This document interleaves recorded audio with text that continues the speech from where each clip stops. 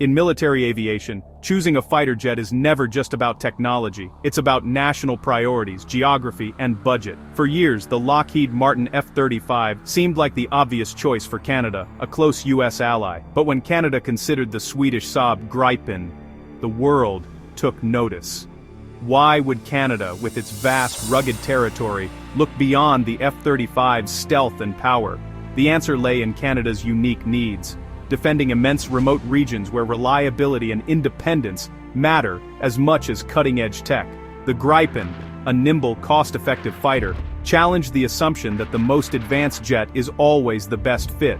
This wasn't just about buying a plane. It was about defining Canada's vision for sovereignty and defense. The debate forced Canada to weigh cost, control, and the realities of its geography against alliance expectations. This is the story of how a Swedish jet nearly rewrote the future of Canadian air power. Canada's fighter dilemma began with its aging CF-18 Hornets, workhorses since the 1980s. These jets patrolled the Arctic, flew NATO missions, and served in the Middle East. But time caught up, maintenance costs soared, and the jets struggled to keep pace with modern threats. Canada's vast airspace, stretching from the Atlantic to the Arctic, demands fighters that can operate from remote, rugged airfields.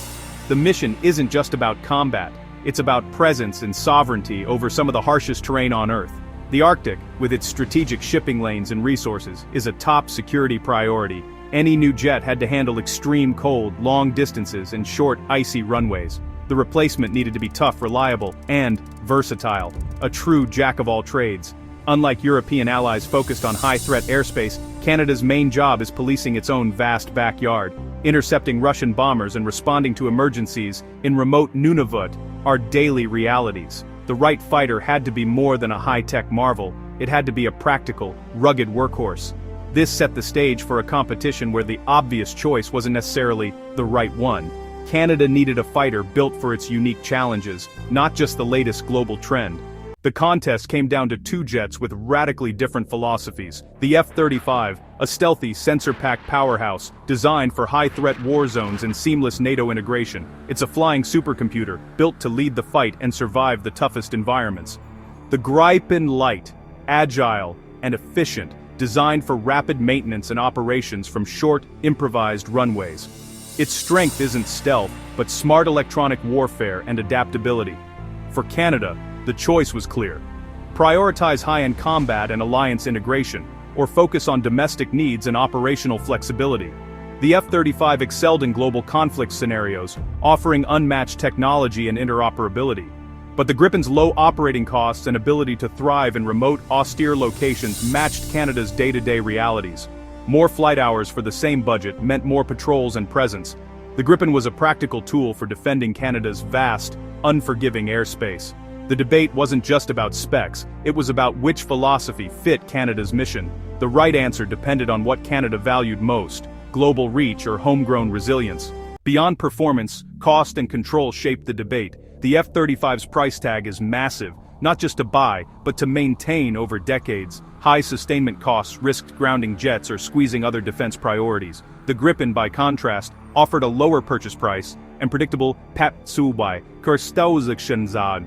Bowie Garras Himpide breeds, Awi Bentinen Zissensdard Bodenadorns. Saab promised financial certainty and the option to buy more jets or invest in training and weapons, but the real shock was about control. The F-35 is a closed US-managed ecosystem. Canada would rely on American software, logistics, and upgrades. No full access to source code meant less independence. Saab's offer, full technological sovereignty. Canada could maintain, upgrade, and adapt the Gripen as needed with local industry deeply involved. No need to ask permission for new weapons or sensors. The Gripen was more than a purchase, it was a partnership promising true independence. For a country valuing sovereignty, this was a game-changing proposition. The Arctic is where the Gripen's design truly stood out. Like Canada, Sweden faces long winters and vast remote territory. The Gripen was built to operate from short, rough roads with minimal support, even in brutal cold. Features like robust landing gear and a self-starting engine made it ideal for isolated northern bases. The F-35, in contrast, needs more infrastructure, specialized maintenance, and a larger support crew. Its stealth coatings and complex systems aren't suited to rough, icy runways or rapid turnarounds. For Arctic sovereignty, The Gripen's ruggedness and flexibility were a perfect match. It could land, refuel, and get back in the air quickly, exactly what Canada needs in the north. The F-35's complexity in this context was more a liability than an asset. No defense purchase is just about hardware. Politics and alliances loom large. Canada's deep ties to the US and NATO meant huge pressure to buy American and choose the F-35. Most allies had already committed to the jet, promising seamless integration and data sharing.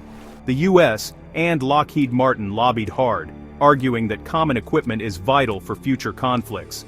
But Canada has a history of independent defense choices. Saab's Gripen bid included promises of Canadian assembly and jobs, appealing to national industry and economic interests. The political tug-of-war was between alliance solidarity and national independence. The F-35 offered deep integration, the Gripen, industrial sovereignty, and a tailored solution. In the end, the weight of the US relationship tipped the scales. Despite the Gripen's strong case, Canada chose the F-35, showing that politics can outweigh even the most practical arguments. The decision was as much about alliances as about aircraft. Canada's fighter saga proves the best jet isn't always the most advanced, it's the one that fits the mission. The F-35 is unmatched for high-end war, but Canada's daily job is sovereignty patrol and Arctic presence. The Gripen, efficient and rugged, was arguably better for these real-world needs. Defense planning often focuses on worst-case scenarios, but most missions are routine, not apocalyptic. The F-35 is insurance for World War III. The Gripen is a patrol car for Canada's vast beat. The dilemma. The cost of top-tier tech can leave little for day-to-day operations. Canada's final choice reflected alliance politics and the lure of cutting-edge capability. But the close contest proved the debate was real. Canada had to confront what it truly needed. The process forced a hard look at priorities, global integration, or practical sovereignty.